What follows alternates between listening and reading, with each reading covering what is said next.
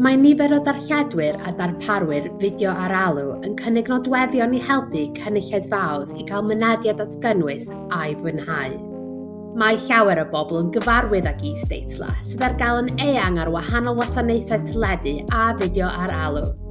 Ar rhai gwasanaethau fideo ar alw gallwch naw addasu'r is-deitla, enghraifft trwy newid y maint neu ffont. Mae disgrifiad sain yn llai adnabyddus. Mae'n sylwebaeth lafar sy'n disgrifio hyn sy'n digwydd ar y sgrin, yn bennaf ar gyfer pobl a colliad golwg a phobl ddall. When Nadine and her daughters arrive, Stacey greets them all with warm, friendly hugs. Mae gan rhai rhaglenni teledu dehongli arwyddion, sef lle mae rhagan yn cael ei chyfieithu i iaith arwyddion, fel arfer iaith arwyddion Prydain neu BSL, gan arwyddwr yng nghornel y sgrin. Yn hytrach na gwneud eu rhaglenni wedi hyrwyddo eu hunain, mae rhai darlledwyr yn gwneud cyfraniadau ariannol i Lumo TV, a elwyd gynt yn ymddiriedolaeth darlledu iaith arwyddion Prydain, sy'n gwneud rhaglenni wedi cyflwyno gan arwyddion. Mae rhain yn rhaglenni lle mae'r holl gyflwynwyr neu cymeriadau yn defnyddio BSL. Mae'r rhaglenni hyn ar gael ar wefan Lumo TV, lumotv.co.uk, ar Sky Video On Demand, Sky Go a Now TV, ac ar slotio penodol ar Film 4 a Together TV. Mae yna hefyd nifer cyfyngedig o rhaglenni wedi hyrwyddo ar sianeli eraill, fel See Here a BBC iPlayer, Magic Hands ar CBeebies, a Dare Master ar ITV X Kids.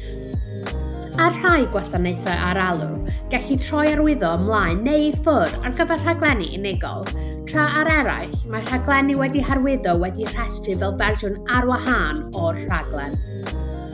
Mae gan llawer rhaglenni teledu nodweddion i helpu bobl ddod o hyd i rhaglenni hygyrch, gan gynnwys opsiynau i hidlo yn ôl neu amlygu rhaglenni sydd â gwasanaethau mynediad, cynhyddiad maint neu chwyddo, dangosiadau gyda chyferbyniad uchel, neu nodwedd testyn i leferydd a elwyr hefyd yn ganllawia llais.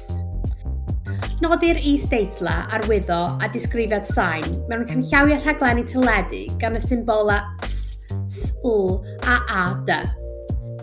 Mae gan rhai teclynau rheoli o bell fod tyma neu lwybra byr i droi nodweddion hygyrch ymlaen, enghraifft ar gyfer is-deitla, disgrifiad sain, neu'r ddewislen hygyrchedd. Ar rai setiau teledu, gallwch sefydlu is-deitla a disgrifiad sain trwy fynd i mewn i ddewislennu'r teledu ei hun, fel arfer adran hygyrchedd y ddewislen gosodiadau. Mae sawl darparwr gwasanaeth ar alw yn defnyddio ystod o nodweddion i helpu pobl dod o hyd i gynnwys hygyrch ar eu gwefannau a'i apiau, fel categoriau cynnwys neu opsiynau i hidlo ar gyfer cynnwys a disgrifiad sain neu arwyddo. I ddarganfod pa wasanaethau sy'n cynnwys is-deitla, disgrifiad sain ac arwyddo, edrychwch ar eich canllawia teledu neu'r adran categoriau, neu'r tudalennau gwybodaeth hygyrchedd, neu'r adrannau cymorth ar rhai gwasanaethau fideo ar alw.